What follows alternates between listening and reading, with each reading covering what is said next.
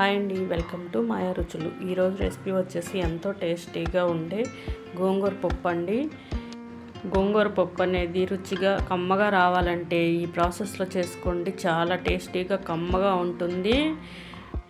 ఈ పప్పు వేసుకొని తింటే ఎంత రైస్నైనా తినేస్తారండి, అంత కమ్మగా ఉంది. అన్నంలోకైనా చపాతీలోకైనా చాలా టేస్టీగా ఉంటుంది. ఈ పప్పు ఎలా చేసుకోవాలో ఇప్పుడు వీడియోలోకి వెళ్ళిపోదాం. ముందుగా పప్పును ఉడికించుకోవడానికి ఒక గిన్నె తీసుకొని దానిలోకి గిద్దన్నర పప్పు వేసుకొని 2 సార్లు కడిగి మళ్ళీ వాటర్ పోసుకొని పొయ్యి మీద పెట్టుకోవాలండి. పొయ్యి మీద పెట్టుకొని మూత పెట్టుకొని ఉడికించుకోవాలి.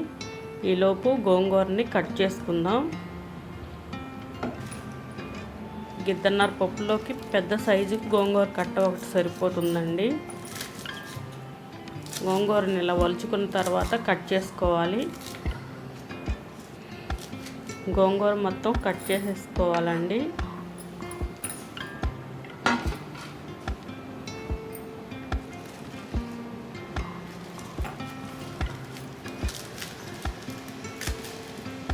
ఇలా మొత్తం కట్ చేసుకొని ఒక ప్లేట్లో పెట్టుకొని పక్కన పెట్టుకోవాలి. దీనిలోకి ఇప్పుడు 4 పచ్చిమిర్చి, ఒక ఉల్లిపాయ కట్ చేసుకోవాలండి.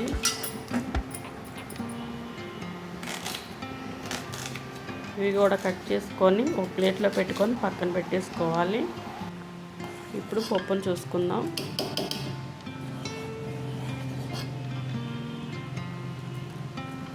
పప్పు అనేది ఇంకా 2 నిమిషాలు ఉడకాలండి. మళ్ళీ మూత పెట్టుకొని ఉడికించుకుందాం. ఇలా పప్పు సగం ఉడికిన తర్వాత ముందుగా కట్ చేసుకున్న ఉల్లిపాయ, పచ్చిమిర్చి వేసేసుకోవాలండి. ఇలా వేసుకొని ఒకసారి గంటితో మిక్స్ చేసుకోవాలి.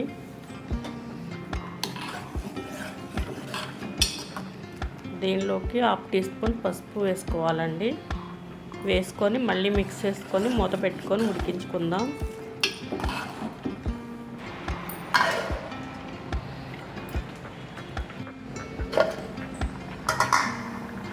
మళ్ళీ మూత తీసి పప్పును చూద్దామండి. పప్పు అనేది 30% భాగం ఉడికిపోయిన తర్వాత ఇప్పుడు గోంగూర వేసుకోవాలండి. ఈ కట్ చేసుకున్న గోంగూరను వేసేసుకోవాలి మొత్తాన్ని.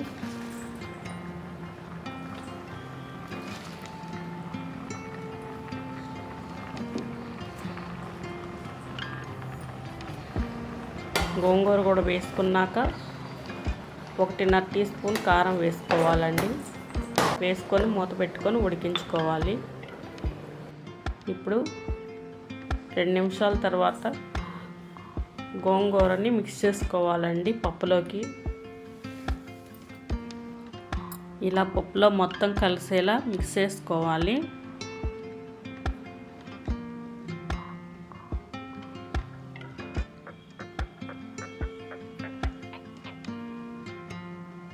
ఇప్పుడు మళ్ళీ మూత పెట్టుకొని ఉడికించుకోవాలండి. ఇప్పుడు మూత తీసి చూద్దాం. పప్పు ఉడికిపోయిందండి. ఇలా ఉడికితే సరిపోతుంది. ఇప్పుడు పప్పుని మెదుపుకొని పోపు వేసుకుందామండి.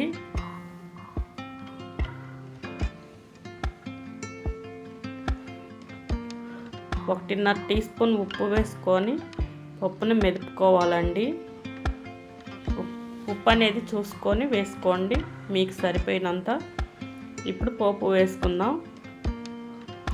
పొయ్యి మీద కళాయి పెట్టుకొని 2 టేబుల్ స్పూన్ల ఆయిల్ వేసుకోవాలండి.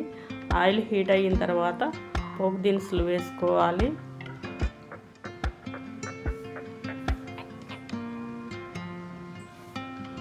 పోపు దినుసులు కూడా ఫ్రై అయిన తర్వాత 4-5 వెల్లుల్లి రెబ్బలు దంచుకొని వేసుకోవాలి. 2 ఎండుమిర్చి కట్ చేసుకొని వేసుకోవాలండి. వేసుకొని ఫ్రై చేసుకోవాలి.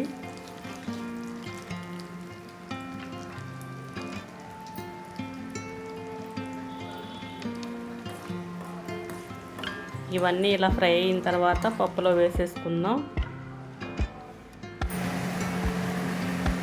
పోపుని ఇలా పప్పులో వేసుకొని మిక్స్ చేసుకోవడమేనండి. ఇంతేనండి, ఎంతో ఈజీగా ఉండే గోంగూర పప్పు రెడీ అయిపోయింది. మీరు కూడా ఇలాగే చేసుకొని మీకు ఎలా వచ్చిందో కామెంట్లో చెప్పండి. మా ఛానల్ని లైక్ చేయండి, షేర్ చేయండి, సబ్స్క్రైబ్ చేసుకోండి, మీ ఫ్రెండ్స్కి షేర్ చేయండి. Thank you for watching.